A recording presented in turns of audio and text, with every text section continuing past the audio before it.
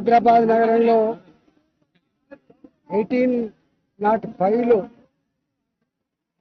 పెద్ద ఎత్తున కలరా వచ్చి వేలాది మంది చనిపోతా ఉంటే సూరటి అప్పయ్య ముదిరాజ్ ఉజ్జయిని నుంచి అమ్మవారిని తీసుకొచ్చి మొట్టమొదటిగా చెక్క విగ్రహాన్ని తీసి అమ్మగారికి రుణం సమర్పించి చెల్లించుకొని హైదరాబాద్ ప్రజానికాన్ని కాపాడమని చెప్పి వేడుకున్నటువంటి మానవుడు.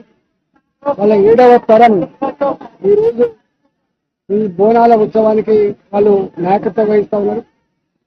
గొప్పగా నిర్వహిస్తున్నటువంటి వాళ్ళకి అభినందన తెలియజేస్తూ హైదరాబాద్ నగరంలో గోల్కొండలో మొదలైనటువంటి బోనం చివరికి లాల్ దర్వాజా బోనంతో ఎండ్ అవుతుంది.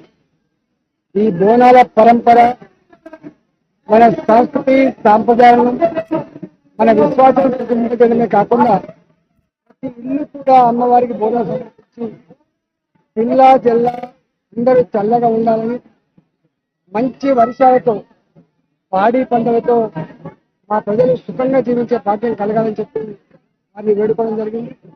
ప్రతి సంవత్సరం ఈరోజు మా కార్పొరేటర్లు అందరూ కూడా మొక్కులు చెల్లించుకొని రాబోయే కాలంలో మా భారతీయ జనతా పార్టీ ఏ కోరిక అయితే ఉందో ఆ కోరిక నెరవేర్చాలని చెప్పి మొక్కు చెల్లించడం జరిగింది.